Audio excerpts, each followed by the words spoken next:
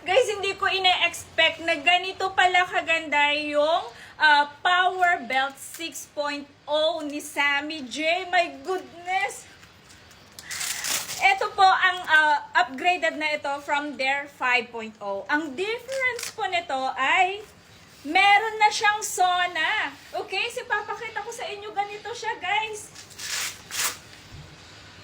Ayan oh. So, tinetrain mo. Oh my gosh, kakasuot ko lang, guys. Nagpawis na po yung aking likod. At ang maganda po dito, guys, no? Habang sinusuot mo siya or ginagamit mo siya to train your waist para lumiit yung inyong mga waist, no?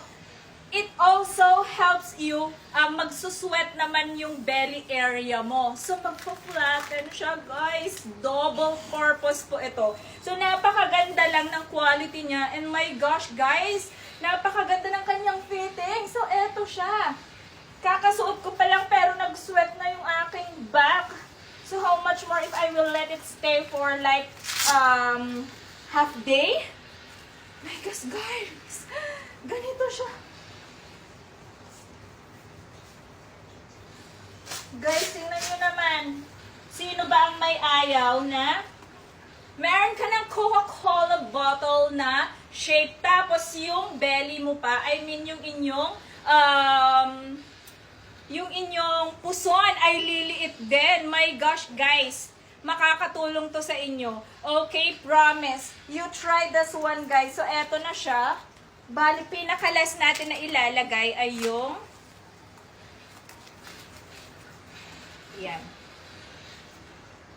Guys. My goodness. Pwede nyo na siyang suotin directly to skin, guys, kasi meron para dun sa sauna belt natin, okay? Para at least ma-help niya kayo mag-sweat yung inyong mga belly area para ma-flatten din yung ating mga tummies, yung ating mga bilbil. Okay? Tayo na mga babae na namumroblema sa ganun. So, meron na tayo magagamit, guys. Walang kahirap-hirap. Napakahirap po mag-exercise everyday, sa totoo lang.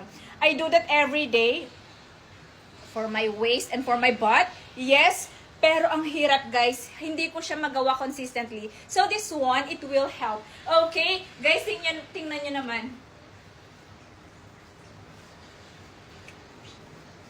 Tinago niya lahat, guys. Tinago niya lahat yung aking bilbil at walang bumababa.